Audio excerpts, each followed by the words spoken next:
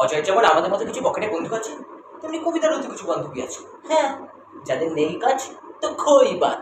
আরে এরাই তো সব জানে। মানে এই ধরুন প্রেমের চিঠিগুলোকে দেওয়া নেওয়া করা, তারপর প্রেমের জায়গাগুলোকে ঠিক করা, আর যখন দুজনে রাস্তায় দাঁড়িয়ে প্রেম করবে তখন দূরে দাঁড়িয়ে পাহারা দেওয়া। হুম। আর একবার মেয়েটাকে নিয়ে পালিয়ে গেলে, না না না, পালিয়ে গেলে নয়, বলতে হবে চলে গেলে। এরা বড় লোক না? ঠিক বলেছেন স্যার, এরা বড় লোক না? হ্যাঁ, তাহলে এই যখন এই বড় লোকের মেয়েরা হারিয়ে যায়, তখন এই সব বন্ধুগুলোই পুরনো চিঠিগুলোকে পুরো আগুনে পুড়িয়ে হাত ধুয়ে নেয়, যেন কিছুই জানে না। আইডিয়া আছে স্যার, আপনি গোটা গ্রামে তল্লাশি করুন, গ্রামে যত মেয়ে আছে সবাইকে এক লাইনে এনে দাঁড় করান, তারপর দেখবেন আজকে সন্ধ্যের মধ্যেই মেয়েটা আপনার পুরো হাতে।